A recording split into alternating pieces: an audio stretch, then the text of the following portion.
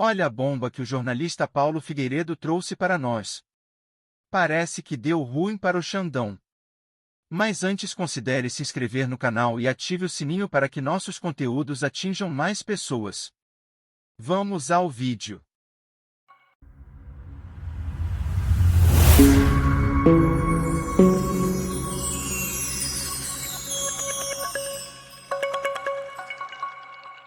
Alinhado com apoiadores de Jair Bolsonaro. Que loucura!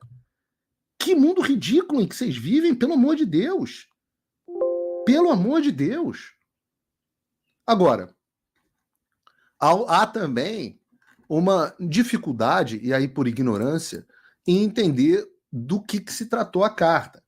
E é por isso que eu vou ler com vocês aqui a carta. Porque ela se faz necessário aqui ler a carta. Então, vou botar aqui na tela para vocês e a gente vai ler junto. Vamos lá. O assunto está aqui, ó, enviado ao ministro, né, Alexandre de Moraes, Supremo Tribunal Federal, aí o endereço do STF e o e-mail do Alexandre.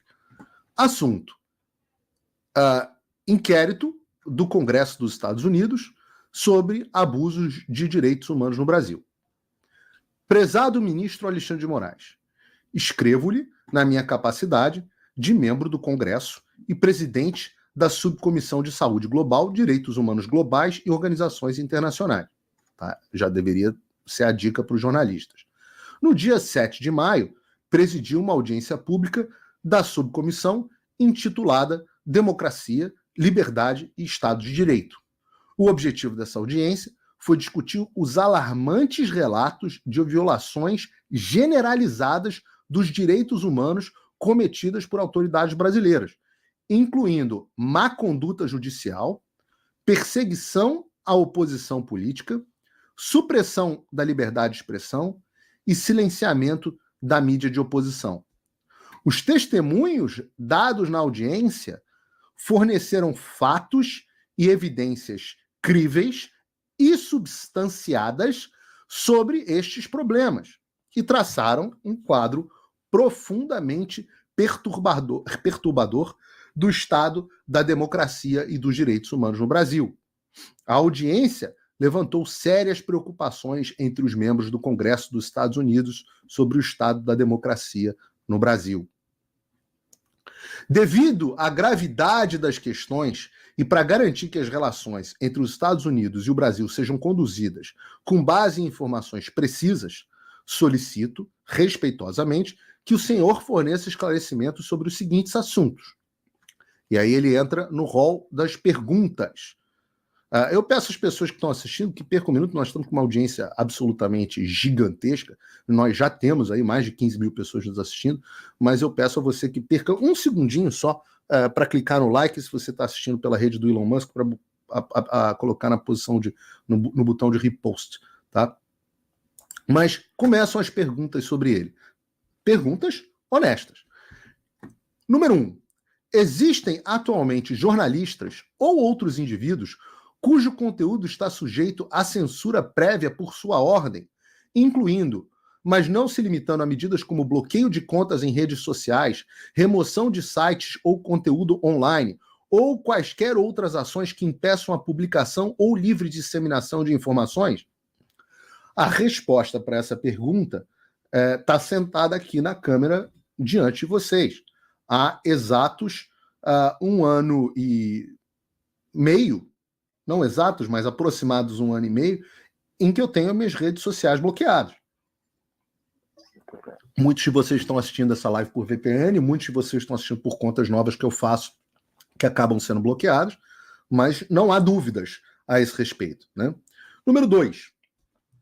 O senhor tem conhecimento da emissão de quaisquer ordens que tenham resultado no fechamento ou suspensão de operações de veículos de comunicação no Brasil?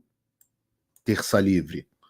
Da mesma forma, o senhor tem conhecimento de quaisquer ações tomadas por uma entidade governamental que tenham dificultado os jornalistas de exercer suas funções profissionais, como o congelamento dos seus ativos financeiros ou imposição de restrições às suas liberdades civis, incluindo ordens de prisão, como ele fez com Alan dos Santos, ou cancelamento de seus passaportes, como ele fez comigo, ou com o Rodrigo Constantino, ou com o Guilherme Fiuza, né? Então a resposta a essa pergunta vai ser difícil, caso o Alexandre tope ser tigrão também com o Congresso dos Estados Unidos, né? Vamos lá. Item 3. Algum membro do parlamento brasileiro foi processado, investigado ou sujeito a medidas cautelares, como congelamento de bem ou restrições de viagem, no caso Zambelli, por exemplo, o senador Marcos Duval, que está até hoje com restrições, devido a opiniões expressas ou ações tomadas no curso do exercício das suas funções parlamentares. E óbvio que o exemplo mais simbólico desse caso é o caso do Daniel Silveira, né? Item número 4. Em suas investigações e processos contra indivíduos, o senhor observou o devido processo legal, incluindo fazer as devidas notificações e citações em casos de indivíduos residentes nos Estados Unidos, como o caso do Rodrigo Constantino, ou meu, ou da Ludmilla, que nunca recebemos nenhum tipo de notificação. Então o processo ocorre contra nós sem o direito à defesa. Nós sequer somos notificados sobre o que está acontecendo nas investigações. São tomadas decisões, medidas cautelares com duração infinita em indivíduos residentes dos Estados Unidos. Vamos para o próximo item. E não adianta, as pessoas estão perguntando, se o Xandão ignorar, calma, segura as calcinhas aí. A live, no final da live a gente vai falar sobre isso. Por enquanto, vamos acompanhar aqui o processo da carta. 5. O senhor tem conhecimento de alguma instância de repressão transnacional? E aqui é importante que vocês guardem esse linguajar. O que é repressão transnacional?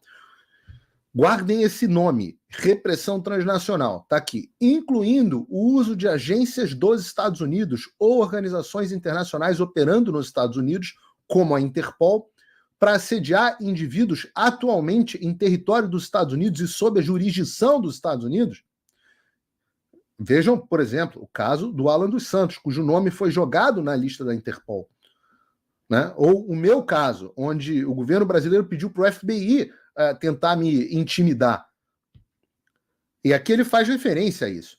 Em 21 de maio, o Comitê Judiciário da Câmara, e a gente falou muito sobre isso, enviou uma carta ao diretor do FBI afirmando que o Comitê Judiciário havia encontrado evidências de que, agindo em nome do governo brasileiro, o FBI havia contatado 2 residentes nos Estados Unidos, um dos quais era jornalista alvo de ordens de censura emitido por tribunais brasileiros. Olha o meu caso aqui. Quando eu falo que o Alexandre errou na mão ao tentar me intimidar, errou na mão ao tentar me calar, que não valeu a pena, é por causa desse tipo de coisa. Por favor, compartilhe qualquer informação que o senhor tenha sobre este e outros casos. Item número 6. Isso é muito crítico. O senhor solicitou dados ou emitiu ordens contra empresa ou indivíduos que não estão sob a sua jurisdição geográfica, incluindo indivíduos ou empresas sob a jurisdição dos Estados Unidos da América? E essa é uma questão muito óbvia. Se eu estou falando e transmitindo uma live dentro dos Estados Unidos, eu não piso no Brasil há um tempão. Toda a minha atividade de cobertura das eleições brasileiras foi feita dentro dos Estados Unidos. E, portanto, a jurisdição sob a qual eu me encontro é a jurisdição dos Estados Unidos da América. A legislação que rege as minhas atividades é dos Estados Unidos da América. Eu não posso começar a ser perseguido, de repente, pelo governo da Zâmbia, porque eu comecei a fazer atividades que o governo da Zâmbia decidiu. Existe a questão da jurisdição geográfica. E isso é importante que as pessoas entendam. Eu e Rodrigo Constantino somos os 2 exemplos mais claros disso. Tudo o que nós fizemos foi debaixo da jurisdição dos Estados Unidos da América, como residentes e cidadãos dos Estados Unidos da América. Então, não é factível que o Alexandre de Moraes vire, por exemplo, para o Rumble e para o Locals e peça informações sobre pessoas, sobre as minhas contas no Locals, ou as minhas contas no Rumble, ou o quanto que eu ganho de monetização no YouTube, Ou, pior, como foi feito, pediu acesso das pessoas que compartilharam postagens de pessoas nos Estados Unidos, acesso de pessoas que estavam residentes nos Estados Unidos. Isso não faz absolutamente nenhum sentido. A jurisdição geográfica do Alexandre termina no Xandaquistão. Fora do Xandaquistão, ele não pode mandar. Veja que loucura se um juiz americano pedisse informações sobre alguém que está dentro do Brasil. Isso é uma clara violação, com consequências na segurança nacional. Porque, ora, se você pode utilizar governos estrangeiros para obter dados de empresas dentro dos Estados Unidos ou de indivíduos dentro dos Estados Unidos, essas pessoas podem compartilhar informações que são sigilosas e que estariam sujeitas às proteções de dados dos Estados Unidos. E esse é um aspecto que tinha sido pouco abordado até agora. Item número 7. O senhor exigiu que empresas ou indivíduos dos Estados Unidos cumprissem ordens cuja legalidade é questionável sob a legislação brasileira, incluindo ordens que ameaçam empresas ou indivíduos dos Estados Unidos com ações legais contra os seus funcionários, com multas ou bloqueio, proibição e ou desconexão deles no Brasil. Ora, aqui está evidente, né? Foi aberto um inquérito onde incluíram Alexandre de Moraes. Os funcionários do X foram coagidos, foram vítimas de ameaças da Polícia Federal e do Alexandre. Você tem a ameaça de bloqueios de empresas nos Estados Unidos, como o X, ou no caso do Rumble e do Locals. Ambas que são empresas sediadas na Flórida, foram objeto de não só violação da jurisdição do Alexandre, mas como, nesse caso especificamente, uma coerção que faria que a empresa violasse o FCPA, o Foreign Corrupt Practices Act, que é a lei americana que diz que nenhuma empresa americana pode cometer ilegalidade no exterior. Então, quando um indivíduo coage essas empresas a cometerem ilegalidade, como foi dito pelo Elon Musk, textualmente, o Elon Musk diz: as ordens do Alexandre de Moraes são ilegais. O Alexandre de Moraes quer que nós cumpramos ordens ilegais. Ameaça nos desconectar se nós não cumprirmos legislações ilegais, inclusive fingindo que nós é que estamos tirando as pessoas da plataforma. Isso é uma violação do FCPA. Tem dois aspectos aqui importantes para vocês. Reparem, um fala sobre repressão transnacional. O que é esse negócio de repressão transnacional? Depois vocês procurem, talvez eu jogue aqui para vocês, um negócio chamado Transnational Repression Bill, que está no Congresso dos Estados Unidos. Eu vou botar aqui, para vocês. Deixa eu ver se eu consigo colocar aqui. Aqui, Transnational Repression Policy Act. Olha quem é justamente que apresentou esse projeto de lei, que vai ser aprovado, inclusive com apoio bipartidário. Ele foi apresentado justamente pelo trumpista, bolsonarista, Chris Smith. E o que diz essa lei? Né? Ela fala assim, ela busca reduzir a repressão transnacional, as ações de governos estrangeiros para intimidar, silenciar ou machucar membros da diáspora e comunidades em exílio para prevenir que eles exerçam seus direitos humanos, inclusive a liberdade de expressão. Esse projeto de lei exige que o presidente dos Estados Unidos imponha sanções de propriedade e bloqueio de vistas a certas pessoas, indivíduos e entidades que engajem diretamente em repressão transnacional. Esse projeto de lei, eu estou fazendo aqui a tradução como estou lendo, tá? Também requer ao Departamento de Estado que desenvolva uma estratégia para promover iniciativas que aumentem o conhecimento da repressão transnacional, etc, etc.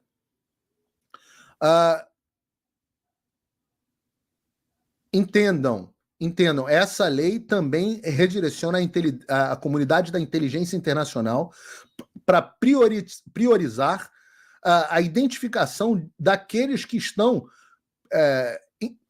fazendo, né, perpetrando a repressão transnacional contra comunidades dentro dos Estados Unidos. Entendam, isso não é uma coisa assim possível. Isso sequer depende da eleição do Donald Trump. Isso sequer precisa de apresentação de uma outra lei. Tá aqui. Tá aqui. Só para vocês entenderem, essa lei tem 4 co-sponsors, 4 pessoas que estão apoiando. Vocês querem ver o que é mais engraçado? Olhem quantos democratas apoiam. Inclusive o Jim McGovern, que bloqueou a nossa audiência, a primeira audiência que a gente tem na comissão com Tom Lantos. Mas olha aqui, um democrata, outro democrata, outro democrata, outro democrata. Quantos que são? 1, 2, 3, 4, 5, 6, 7 democratas, 8 democratas, 9 democratas. Que mais? 9 democratas. Dos 18. Metade dos apoiadores são democratas. E olha a outra pessoa que está aqui, para vocês não tomarem um susto. Olha aqui, ó. Maria Elvira Salazar. Entendam que... e democratas importantes como Adam Schiff, tá? Que é um verme, não vale nada, mas está aqui também. Há apoio bipartidário. E eu vou dizer para vocês, não é só na Câmara. Também, existe um projeto de lei idêntico no Senado. E eu posso botar aqui para vocês. Olha aqui, aquele foi da Câmara, né? O HR, House of Representatives, a Casa dos Representantes. E esse é do Senado. Ou seja, o projeto já está no Senado. Só que vocês querem saber o que é interessante? Que o senador que apoia esse projeto no Senado é democrata. É democrata. E se você for ver os co-apoiadores, tem co-apoiador democrata e tem co-apoiador republicano. Então, aqui a gente está falando de um negócio que tem absolutamente apoio bipartidário. Entendam, se o Alexandre for enquadrado na lei de repressão transnacional, não há necessidade de nenhuma outra lei.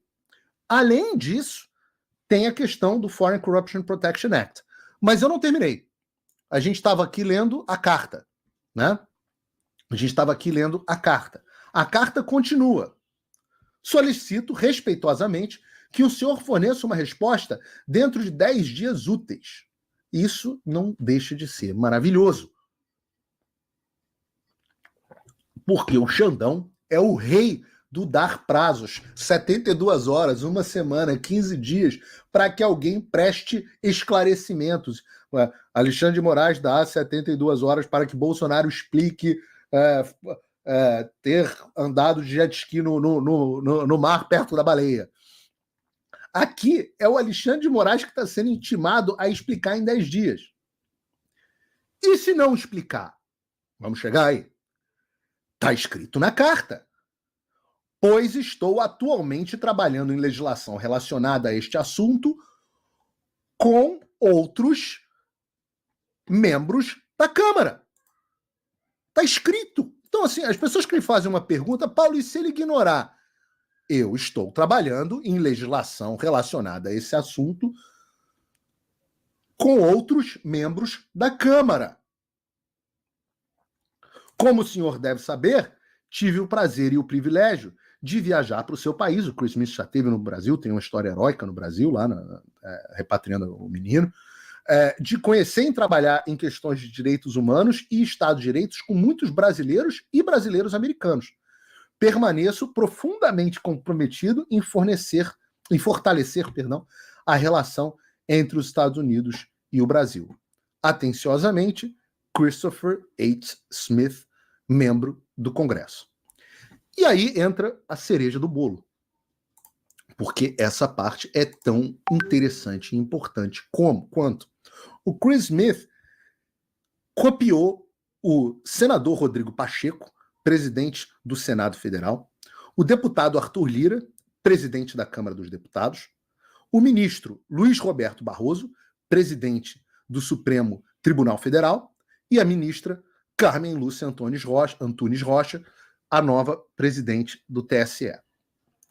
Por que essas pessoas foram copiadas? Bom, agora que nós lemos a carta, qualquer pessoa que tenha um pouquinho de noção de como funciona a diplomacia, entenda, esta carta é uma ameaça explícita ao Brasil, às autoridades brasileiras. É por isso que estas pessoas estão copiadas. Essas pessoas estão copiadas porque elas estão identificadas, e eu posso afirmar a vocês, como copartícipes da violação de direitos humanos no Brasil. E não são os únicos. A gente está preparando uma relação extensa que inclui, até esse momento, o nome de todos os delegados da Polícia Federal envolvidos com as decisões do Alexandre, cumprindo as ações do Alexandre, envolvidos nos processos do Alexandre. Nós estamos levantando todos os senadores, deputados que estão envolvidos e trabalhando em favor desse tipo de coisa. Mas os ministros do Supremo Tribunal Federal e os presidentes dos outros poderes, eles são absolutamente os primeiros da lista, além de, claro, o chefe do Poder Executivo. Todos são vistos como violadores de liberdade de expressão. Então, é claro que eles podem não responder a essas indagações. Eu diria que é extremamente provável. Mas a pergunta que eu acho que todos os deputados do Brasil deveriam estar fazendo na terça-feira, quando eles retornarem ao Congresso, a pergunta que todos eles deveriam estar fazendo na orelha do Rodrigo Pacheco e na orelha do Arthur Lira é: presidente, o senhor está vendo que o senhor está copiado na carta? Até onde? O senhor está vendo que a direita ganhou nas eleições do Parlamento Europeu? O senhor está vendo que o Trump é favoritíssimo, tem 72% de chance, segundo a The Economist, de se tornar o presidente dos Estados Unidos? O senhor está vendo que existe uma lei de repressão transnacional com apoio bipartidário que vai ser aprovada no Congresso dos Estados Unidos e vai obrigar o Executivo a emitir sanção contra quem tiver em atos de repressão transnacional? O senhor está vendo que está constatado que o Alexandre violou a jurisdição dele e está querendo se meter em gente que mora nos Estados Unidos? O senhor está vendo que o Brasil está virando um consenso internacional de que o Brasil é uma ditadura? Nós precisamos agir. O que essa carta faz, ela dá uma última oportunidade para que as instituições brasileiras ajam. E nós estamos vendo. Ora, tempos atrás, a Folha de São Paulo não teria publicado, a Mônica Bergamo, o Estadão, o Globo. Tempos atrás eles não teriam publicado o que está acontecendo. Mas na semana passada o Estadão foi vítima de censura. Ora, entendam, meus amigos, meus quase mais de 27 mil pessoas nos acompanhando numa sexta-noite. Eu peço a vocês que cliquem no botão do like, cliquem no botão da repostagem lá na rede do Elon Musk, para que isso chegue ao máximo tipo de pessoas. Então nós temos dois cenários. 3 cenários, eu vou dizer aqui 3 cenários. Cenário número 1, altamente improvável que o Alexandre responda. E aí, se ele responder, ele vai dizer o quê? Ele vai dizer: não, eu não bloqueei nenhum jornalista. Não, eu não fechei nenhum veículo de imprensa, não tem nenhum jornalista com passaporte cancelado ou contas bancárias bloqueadas, como é o meu caso. Não, nenhum parlamentar foi investigado por conta das suas opiniões. Não, todos os indivíduos foram... Mandei carta rogatória para Paulo Figueiredo, mandei carta rogatória para todo mundo. Os advogados tiveram acesso aos autos, todo o devido processo legal foi respeitado. Não colocamos o nome de ninguém na lista da Interpol. Não, o FBI não entrou em contato com ninguém. Não, nós não pedimos dados e informações de pessoas fora da nossa jurisdição. Não, há provas de tudo isso. Há provas. E se o Alexandre ousar responder de forma diferente, eu gostaria muito de ver o que ele vai dizer. Eu gostaria muito de ver o que ele vai dizer. Eu estou muito curioso. A segunda possibilidade é que o Alexandre não responda, mas algum dos copiados na carta envie algum tipo de resposta. É perfeitamente factível, e eu acho que seria de bom tom, que o presidente da Câmara, Arthur Lira, respondesse.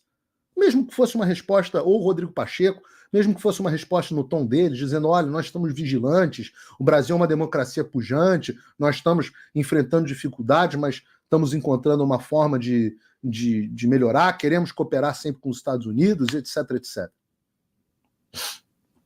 Seria uma segunda hipótese. E uma terceira hipótese, que eu considero a mais provável, é que o Alexandre não responda. E o que vai acontecer se o Alexandre e ninguém responder? Ora, eu falo para vocês, há um plano com princípio, meio e fim. E ninguém é responsável por isso. Não é Eduardo Bolsonaro, não é senador fulano de tal. Essa conta vocês podem jogar no meu colo. Eu assumo, e eu vou dizer por que eu estou falando isso, eu assumo essa responsabilidade integralmente. Porque, apesar dos deputados brasileiros e senadores brasileiros da oposição estarem muito ativos em denunciar a ditadura, quem faz os caminhos para que vão culminar na sanção contra as autoridades brasileiras sou eu. Eles são contra. E é importante deixar esse registro aqui nesse momento. E por que é importante deixar esse registro aqui nesse momento? Por conta disso aqui. Isso é uma outra bomba que estourou hoje. Em uma informação que eu acho que ainda não foi divulgada, a não ser que o deputado Gustavo Gayer e o deputado Eduardo Bolsonaro tenham divulgado esse assunto. Eu acho que não divulgaram ainda. Mas está aqui. Ministério Público Federal, Procuradoria-Geral da República. Excelentíssimo senhor ministro relator, né, que é o senhor Alexandre de Moraes. Luciene Cavalcante, Carlos Gianazzi e Celso Luiz Gianazzi apresentaram pedido para que Eduardo Bolsonaro, Gustavo Gayer e outros parlamentares brasileiros sejam investigados neste inquérito por difundirem no exterior a narrativa de que existe uma ditadura de esquerda no país. Dito pela Procuradoria. Segundo relatam os requerentes, a Carta Capital divulgou que Eduardo Bolsonaro e outros congressistas foram a Washington, Estados Unidos, com o objetivo de convencer políticos republicanos de que o Brasil não é mais uma democracia. Apresentando fatos, né? Dizendo o que está acontecendo. A matéria disponível está em Carta Capital, não sei o que, bababá. Com base na reportagem acima, a petição diz que os parlamentares almejam a aprovação de uma lei norte-americana que penalize autoridades brasileiras e imponha sanções ao Brasil, com finalidade de enfraquecer a ditadura da esquerda. É por isso que eu estou dizendo, absolutamente falso. Inclusive, os deputados falam, poxa, nós não queremos sanções para o Brasil. Falaram isso para o Chris Smith. Mas não há oportunidade, não há alternativa. Nós teremos que ter sanções contra o Brasil, não contra o Brasil, contra o governo brasileiro e contra as autoridades brasileiras, acima de tudo. Isso é o mais importante. Não o Brasil. Relata que há um documento com a insígnia do Congresso Nacional, assinado por 40 deputados e senadores, verdade, acusando o Tribunal Superior Eleitoral de processar e culpar o oponente Jair Bolsonaro sem provas. O documento tem mais provas do que todos os processos do Alexandre de Moraes.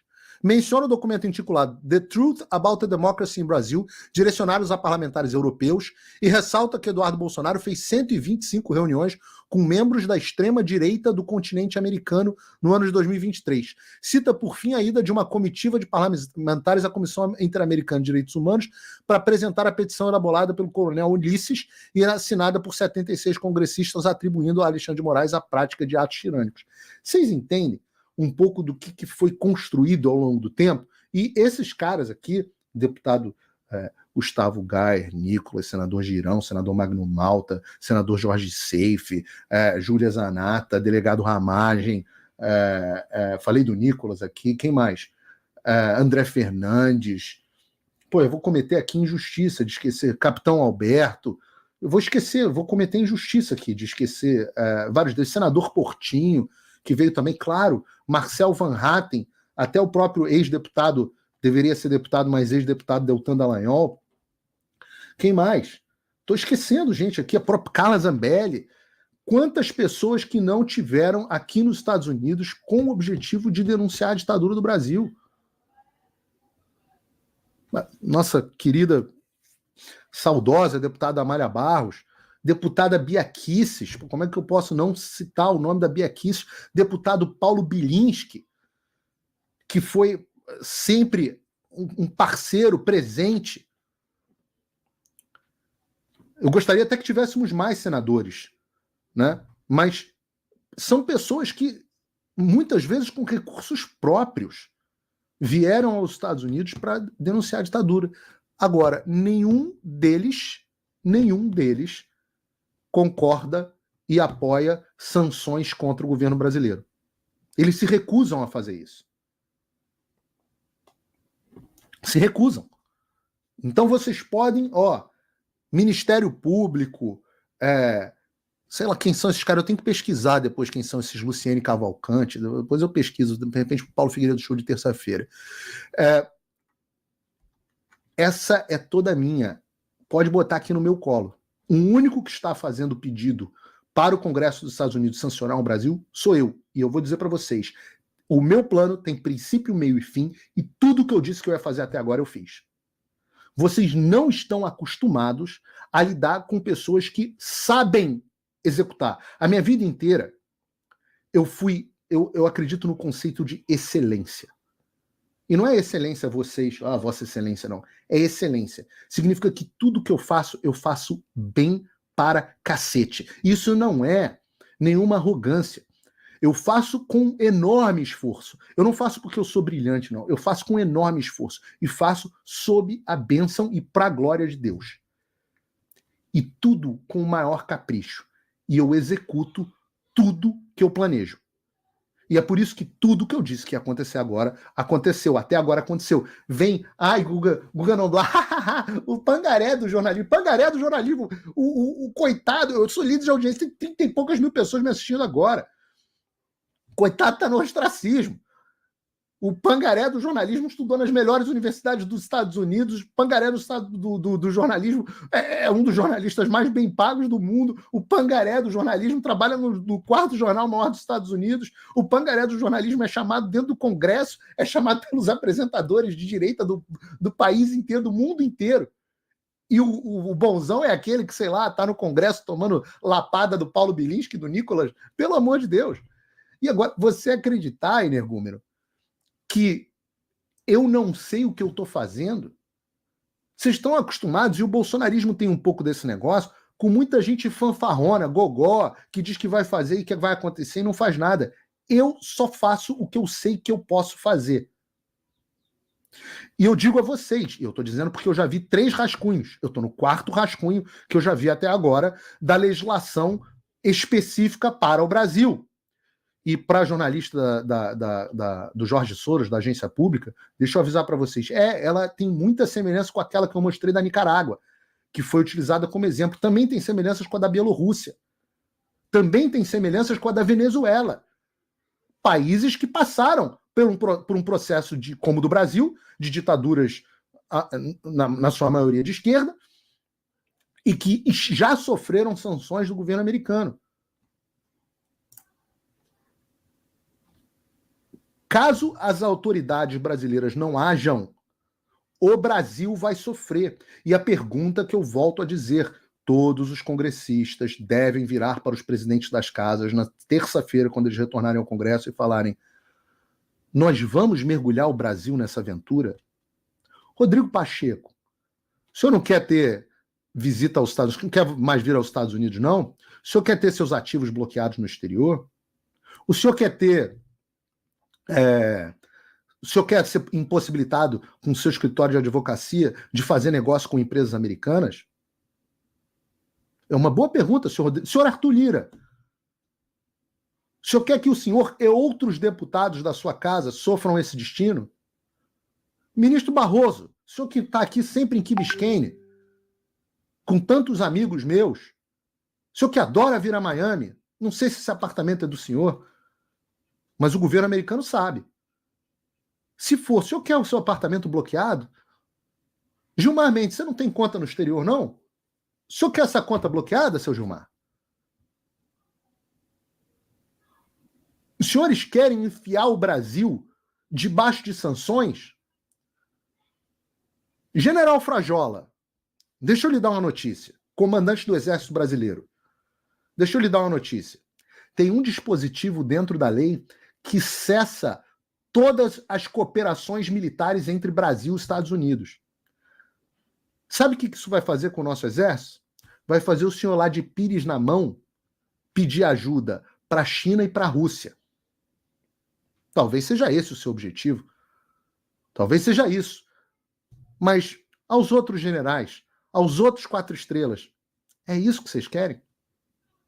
Porque é isso que vai acontecer.